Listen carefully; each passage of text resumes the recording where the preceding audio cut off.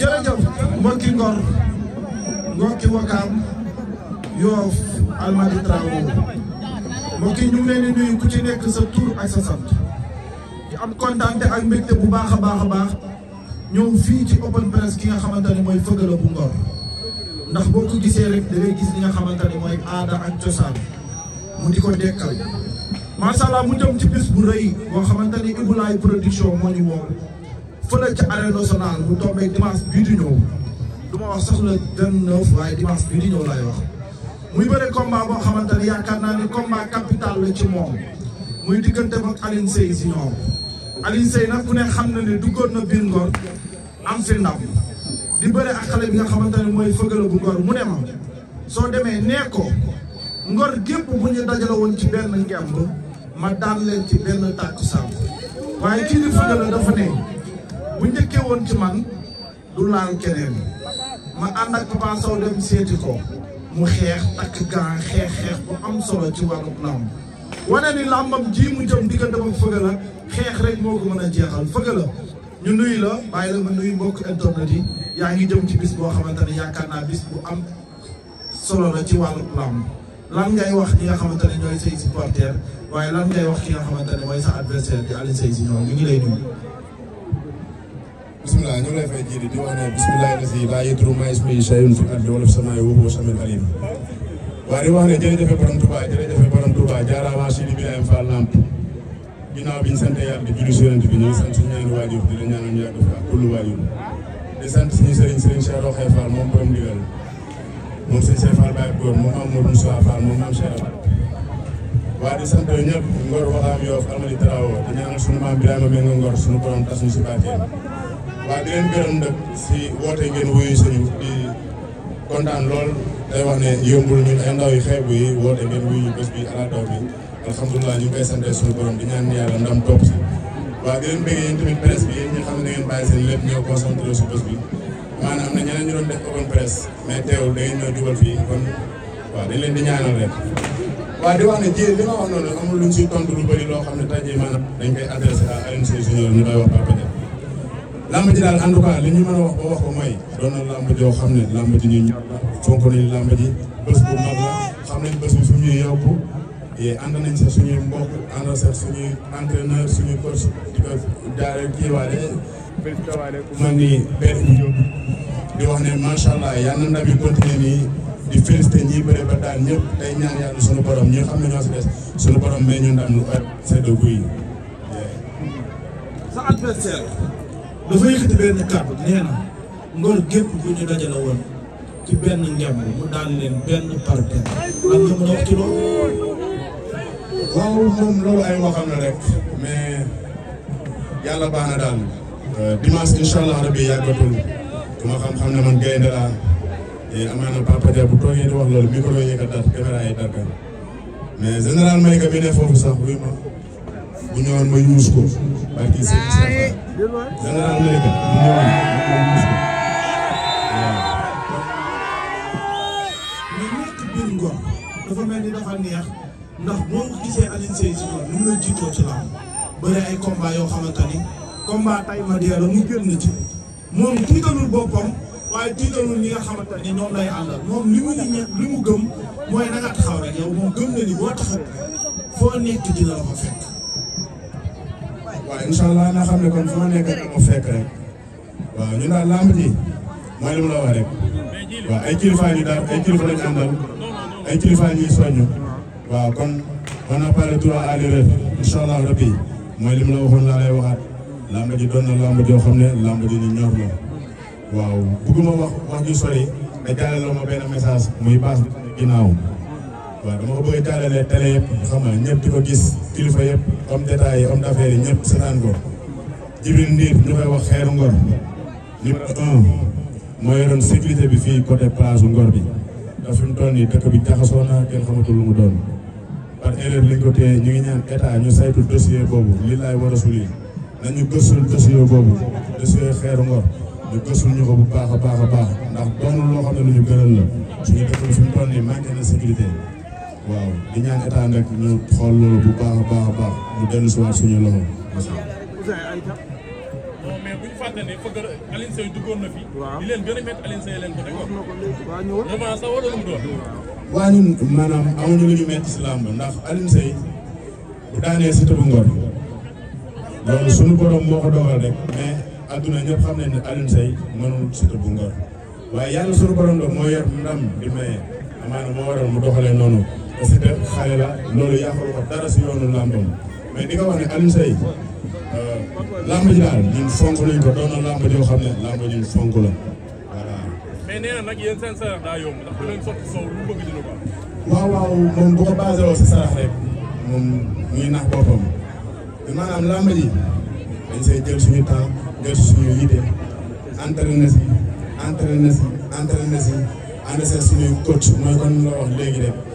waaw làmb ji dañoo doon làmb joo xam ne làmb ji ñuy ñor la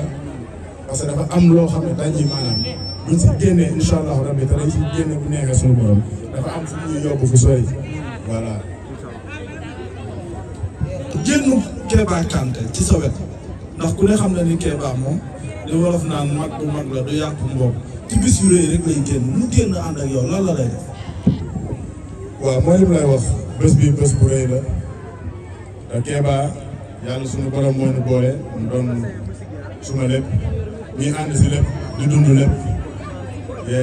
kon tey jii bu ma xewlee bés bi amaana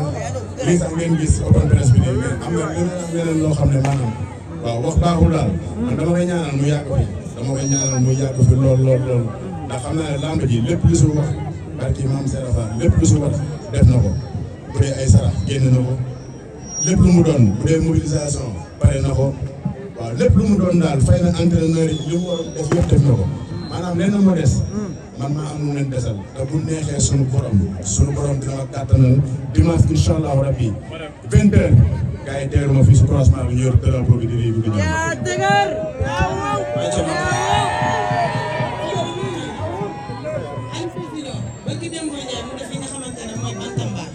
nee na lamb ji di yàkkamti dara day taxaw xaar la yow yaa xare yow yaa ñëw fekk si kaw fële la day dem wala day taxaw xaar ki nga xamante ne mooy Alioune Seye Junior. merci man. waaw moom Alioune moom li ma koy wax mooy ñun su côté yëpp dañuy lamb parmi tous les plans moom bu mu xalaat ak bu mu xam ak bu mu xool man la laay indi mais bu arbitre sifflé bu neexee suñu borom dina xam lii laa indi wala lee laa indi wala laa indi. waaw nga dox ci koom. lu mu aajowoo rek. nee na moom du dem fenn day taxaw xaar la. waaw kooku ma ne dama ne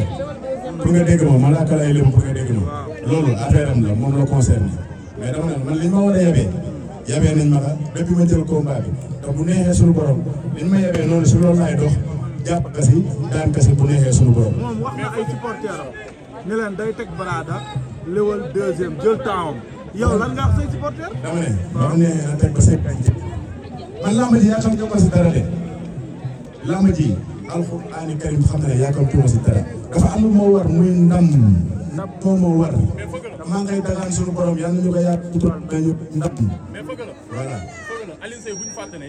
xale yi bëre yëpp da leen a duma daan leen te fëgg la ko xam ci combat am xam ne day xeex est-ce que fëgg la lam daan def waa jili man man du ma xale